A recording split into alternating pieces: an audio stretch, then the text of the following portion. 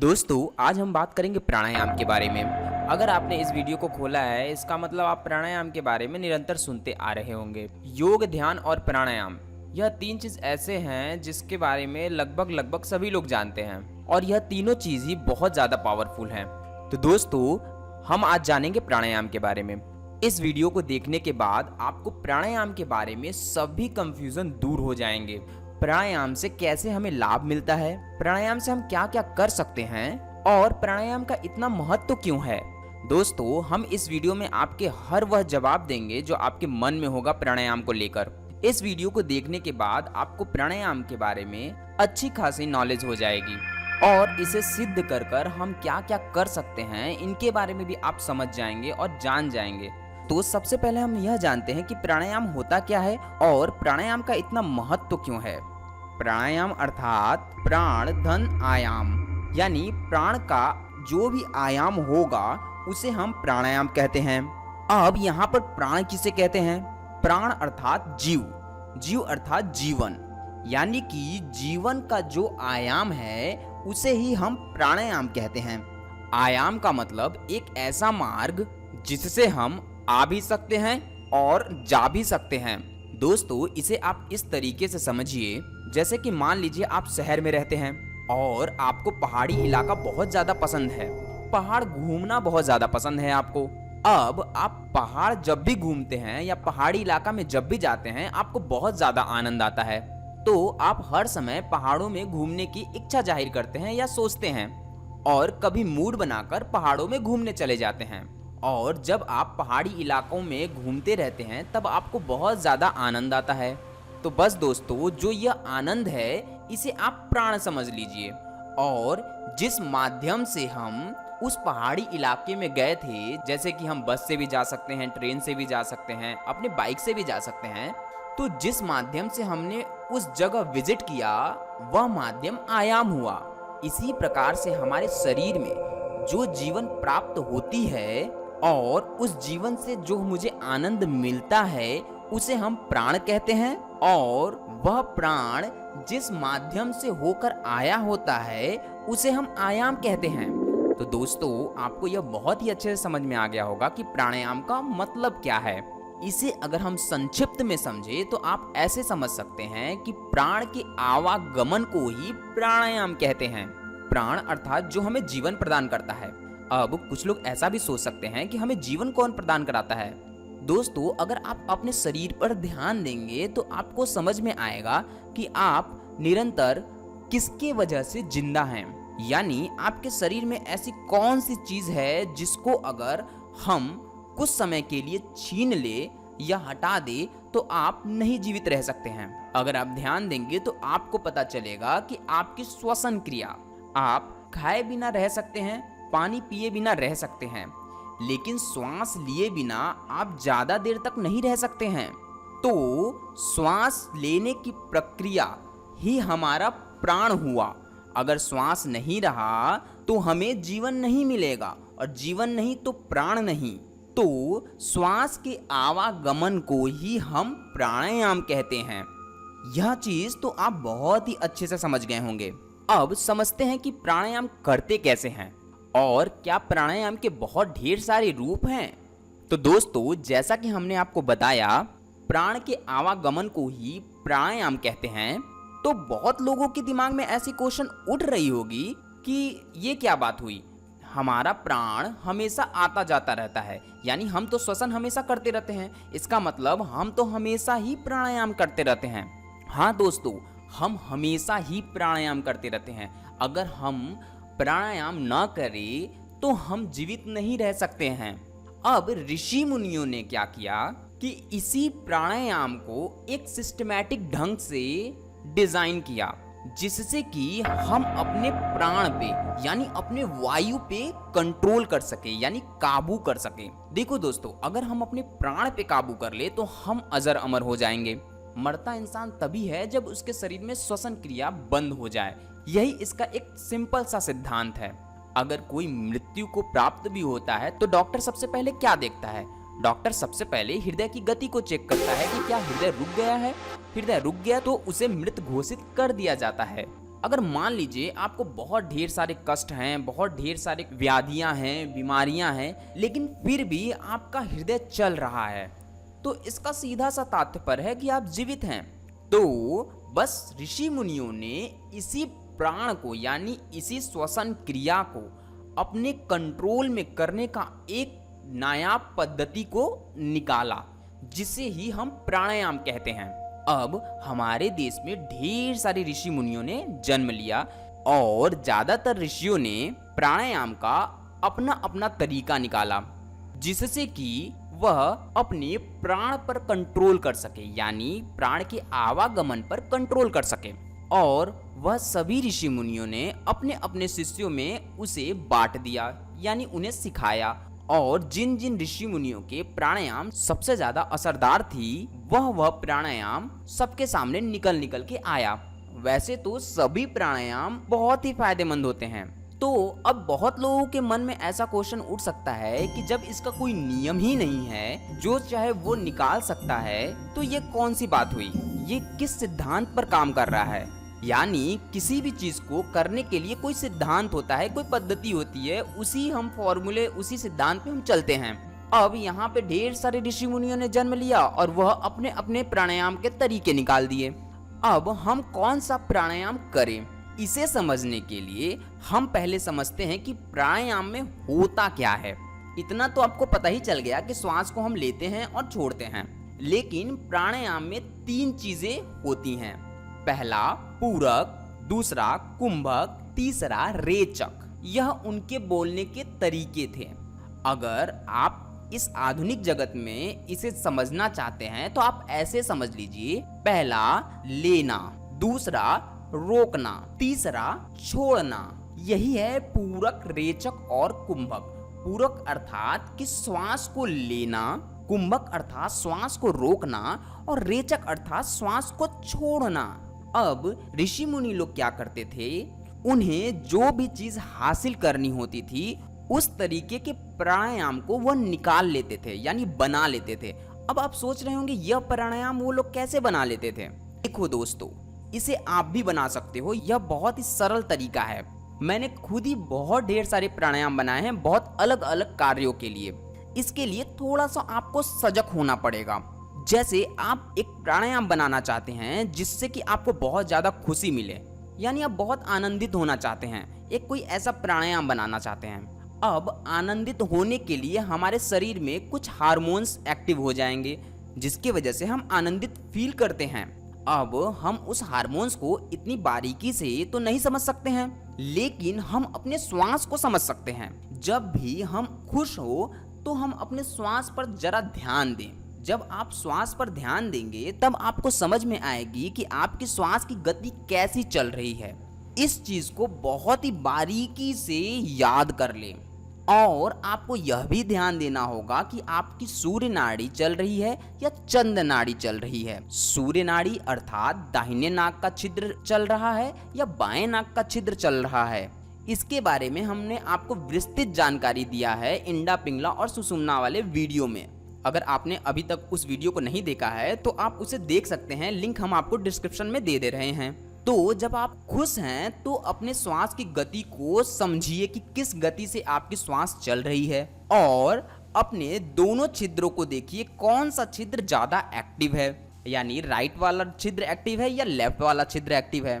बस अगर आप इसे याद कर लिए तो आप खुशी वाला प्राणायाम बना सकते हैं, क्योंकि हमारा पूरा शरीर का सिस्टम जो है बस हमारे श्वासों पर निर्भर होता है। जैसा कि हमने हर वीडियो में बताया है आपको कि जब हम खुश होते हैं तब भी हमारे श्वास की गति बदल जाती है, जब हम गुस्से में होते हैं तब भी हमारी श्वास की गति बदल जाती है, जब हम कोई चोरी करते हैं तब भी हमारी श्वास की गति बदल जाती है, जब हम कोई अच्छा कार्य करते हैं तब भी हमारे श्वास की गति बदल जाती है, जब हम खाना खाते हैं तब भी हमारी श्वास की गति बदल जाती है। तो जो हमारा श्वास है ना, हर कार्य में अपना योगदान देता है।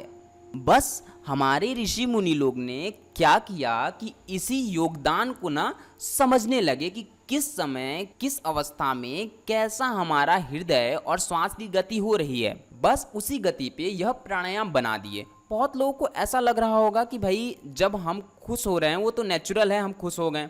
अब हम श्वास के साथ कैसे चेंज करके हम वापस से खुश हो सकते हैं। दोस्तों, इसे समझने के लिए बस छोटा सा एग्जांपल आप ये समझ लो। मान लो आपको बहुत ज्यादा गुस्सा आया कभी, बस उसी समय अपने श्वास को बहुत ही शांत कर लो, यानी श्वास को बहुत लंबी गहरी श्वास लो और धीरे धीरे छोड़ो। लंबी गहरी श्वास लो और धीरे धीरे छोड़ो। देखो क्या होगा कि आपका गुस्सा तुरंत ही शांत हो जाएगा। आप गुस्सा कर ही नहीं पाओगे उस श्वास की गति पर। यानी कि गुस्सा होने के लिए हमारा श्वास की गति, हमारे एक्सप्रेशन, हमारे हाव भाव, यहाँ तक हमारे रस भी हमारा साथ देता है। हो सकता है आप श्वास वाली चीज नहीं समझ पा रहे हैं, तो आप ऐसा समझिए कि आपको बहुत ज्यादा गुस्सा आया और गुस्से में आप मुस्कुराने लगे, फिर आप हंसने लगे। क्या आप किसी को हंस हंस के डांट सकते हैं? मतलब ये बहुत ही कठिन होगा आपके लिए कि आप अपने आप को ऐसा ढाल लें कि आप हंसते हंसते किसी को डांटें और आप अंदर से बहुत ज्यादा गुस्से में भी हो। मतलब हमारा शरीर जो भी कार्य करता है उसके पीछे बहुत ढेर सारी चीजों का योगदान होता है, जिसमें से श्वास बहुत ज्यादा इंपॉर्टेंट वाली चीज है। श्वास की गति हर कार्य के लिए अलग अलग बदल जाती है। अगर हम उस पर नियंत्रण कर लेना तो हम अपने हर क्रियाकलापों पर नियंत्रण कर सकते हैं। लेकिन सबसे बड़ी बात यह है कि हम इन चीजों को समझ नहीं पाएंगे। यानी कि अगर हम मान लो कोई प्राणायाम बनाना चाहते हैं तो हम अपने हृदय गति को काउंट नहीं कर पाएंगे, उसे समझ नहीं पाएंगे कि हम खुशी में कैसा फील करते हैं, दुखी में कैसा फील करते हैं। हो सकता है आप 1 घंटे तक इसे याद रखें कि हाँ, खुशी में हम इस तरीके की श्वास की गति थी, हमारा यह नाड़ी चल रहा था, लेकिन इसे ज्यादा देर तक आप याद नहीं कर पाएंगे। या हो सकता है कुछ लोग याद करके रख भी लें, तो उनके लिए तो बहुत ही अच्छा है, वो वापस से वैसे ही श्वास की गति करेंगे तो उनको वैसा ही अनुभव होने लगेगा। लेकिन हमारे ऋषि मुनियों का दिमाग बहुत ही तेज था, क्योंकि वह अपना सारा दिमाग, अपनी सारी ऊर्जाएं सिर्फ योग, ध्यान और प्राणायाम में लगाते थे और उसी के बारे में खोज भी करते थे। इसलिए वो हर सिचुएशन को सही सही काउंट करते थे और उस स्थिति के हिसाब से प्राणायाम का निर्माण कर देते थे। लेकिन मेन फोकस प्राणायाम का था कि हमारी जीवन बहुत ही लंबी हो, जिससे कि हम ढेर सारा ज्ञान प्राप्त कर सकें। योगी लोग बहुत साल तक जिंदा रहते थे। क्यों? क्योंकि वह और ढेर सारा ज्ञान प्राप्त करना चाहते थे, जिसमें प्राणायाम इनका बहुत अच्छे से साथ देता था। यह अपने प्राण के आवागमन पे कंट्रोल करते थे और अपने प्राण की शक्ति को इतना ज्यादा बढ़ा लेते थे कि वो लंबे समय तक जीवित रहते थे। और यही पद्धति आज हमारे सामने भी कुछ कुछ हैं। सभी प्राणायाम तो नहीं है, लेकिन कुछ कुछ प्राणायाम आज हमारे सामने हैं, जिसमें से हठ योग प्रदीपिका में 8 प्राणायाम का वर्णन किया गया है, जिसके बारे में भी हमने आपको बता दिया है। हम आज जानेंगे एक नॉर्मल प्राणायाम, जिससे कि हम अपने जीवन शैली को सुधार कर अपनी प्राण शक्ति में ढेर सारी ऊर्जाएं भर सकते हैं। इसमें आपको करना क्या है कि पूरक करना है, कुंभक करना है और रेचक करना है। इस प्राणायाम को आपको अनुलोम विलोम के साथ जोड़ देना है। देखिए दोस्तों, अनुलोम विलोम में होता क्या है? अनुलोम विलोम में एक नाक से श्वास लेते हैं और दूसरे नाक से श्वास को छोड़ देते हैं, यानी कि हम सिर्फ पूरक और रेचक करते हैं। इसमें अगर हम कुंभक को जोड़ दें तो यह हो जाएगा हमारा प्राणायाम। अब यह वाला प्राणायाम हमारे शरीर में ढेर सारी ऊर्जाएं उत्पन्न कर देती है। क्यों? क्योंकि हमारा इसमें सूर्य नाड़ी और चंद्र नाड़ी दोनों में बराबर ऊर्जाएं प्रवाहित हो रही हैं, जिसके वजह से हमारे शरीर में भी समान रूप से ऊर्जा मिलती है। हमने आपको इंडा पिंगला सुषुम्ना वाले वीडियो में बताया था कि हमारे शरीर में समान रूप से अगर ऊर्जा प्रवाहित होंगी तो हम ऊर्जावान बनेंगे। तो अनुलोम विलोम प्राणायाम से, यानी एक नाक से श्वास लेना, फिर रोकना, फिर दूसरे नाक से श्वास को छोड़ देना, फिर उसी नाक से श्वास को लेना, फिर पेट में श्वास को रोकना और फिर दूसरे नाक से छोड़ देना, यह प्रक्रिया हमारे प्राण को बहुत ढेर सारी ऊर्जा प्रदान कर देता है। इससे हमें प्राण के आवागमन को अच्छे से समझने में मदद मिल जाती है। यानी कि हम प्राण को अच्छे से समझने लगते हैं कि किस तरीके से प्राण अंदर आ रही है, किस तरीके से प्राण बाहर जा रही है। प्राण अर्थात वायु किस तरीके से अंदर आ रही है, वायु किस तरीके से अंदर से बाहर जा रही है और कितनी देर तक हम श्वास को अंदर रोक सकते हैं। यह सब चीज़ें हमें अच्छे तरीके से समझ में आने लगता है। देखो दोस्तों, अब इसको एक साधारण तरीके से भी समझो। हम मरते क्यों हैं, हम बुढ़े क्यों होते हैं? हमारे शरीर में छोटे छोटे सेल्स हैं, वह सेल्स डैमेज होने लगते हैं, वह सेल्स बुढ़े होने लगते हैं या मरने लगते हैं। और वह सेल्स क्यों मरते हैं, क्यों बुढ़े होते हैं? क्योंकि वह सेल्स कार्य करते हैं और जो भी चीज मूव करेगा उसमें से ऊर्जा नष्ट होंगी, यह तो आपको पता ही होगा। तो हमारा शरीर का जो सेल्स है वो हमेशा मूव करता रहता है, जिसके वजह से हमारे सेल्स भी नष्ट होते रहते हैं और दूसरे सेल्स बनते रहते हैं। अब अगर हम अपने श्वास को रोक ले एक लंबे समय तक के लिए, तो हमारा शरीर भी स्थिर हो जाएगा, तो हमारे सेल्स भी स्थिर हो जाएंगे, तो हमारा उम्र भी स्थिर हो जाएगा, यानी हम उसी उम्र में रुक जाएंगे। यह एक साधारण तरीका था आपको समझने के लिए। अब जरूरी नहीं है कि आप अनुलोम विलोम प्राणायाम ही करें। आप प्राणायाम में अपने श्वास पर बस ध्यान दें, यानी कि श्वास किस तरीके से अंदर आ रही है उसको देखें। आपको नाक के दाहिने छिद्र और बाएं छिद्र पर ध्यान नहीं देना है। आप बस श्वास को धीरे धीरे अंदर ले और श्वास किस तरीके से अंदर जा रहा है उस पर ध्यान दें और श्वास को पेट में रोके और फिर श्वास को धीरे धीरे बाहर निकाल दे। तब भी यह प्राणायाम का ही रूप होगा और इससे आपके शरीर में ढेर सारी ऊर्जा भी आएंगी। तो दोस्तों, आपको यहाँ तक तो अच्छे से समझ में आ गया होगा कि प्राणायाम किसे कहते हैं और प्राणायाम से हमारी उम्र कैसे रुक जाती है या बढ़ जाती है और प्राणायाम को बनाने के पीछे का रीजन क्या था। अब हम यहाँ पर 2 प्राणायाम को जानेंगे जिससे कि हमारा शरीर बहुत ही अच्छे तरीके से कार्य करे, स्वस्थ रहे और हमारे शरीर में हर तरीके के हार्मोन स्रावित होते रहें। पहला प्राणायाम, जिसमें अनुलोम विलोम के साथ कुंभक करना है। इस पद्धति में आपको किसी भी नाक के एक छिद्र से श्वास को अंदर की तरफ खींचना है। सिंपल सी बात है, अगर आप एक छिद्र से खींचेंगे तो दूसरा छिद्र आप बंद किए रहेंगे। तो जैसे मान लीजिए कि आप बाएं नाक के छिद्र से श्वास को अंदर की तरफ खींच रहे हैं दाहिने नाक को बंद करके। जब श्वास अंदर की तरफ पूरा खींच ले तो पेट में अपने इच्छा अनुसार श्वास को रोक कर रखें। अब बाएं नाक को बंद कर कर दाहिने नाक से श्वास को धीरे धीरे बाहर की तरफ छोड़ दें। अब पुनः दाहिने नाक से श्वास को धीरे धीरे खींचें और दाहिने नाक को बंद करके बाएं नाक से श्वास को धीरे धीरे बाहर की तरफ छोड़ दें। याद रखिए, श्वास खींचने के बाद आपको कुंभक करना है। अब पुनः दाहिने नाक से श्वास को धीरे धीरे अंदर की तरफ खींचे और पेट में इच्छा अनुसार श्वास को रोके। इसके बाद बाएं नाक से श्वास को धीरे धीरे बाहर की तरफ छोड़ दे। इसी प्रक्रिया को आपको लगातार करते रहना है। अगर आप इसे सुबह आधा घंटा और रात्रि में आधा घंटा करते हैं तो आपको इस प्राणायाम का आनंद मात्र 7 दिन में आने लगेगा और इसके क्या क्या बेनिफिट है वह भी समझ में आ जाएंगी। अब दूसरा प्राणायाम है जिसमें हम नाक के किसी भी छिद्र को नहीं बंद करते हैं।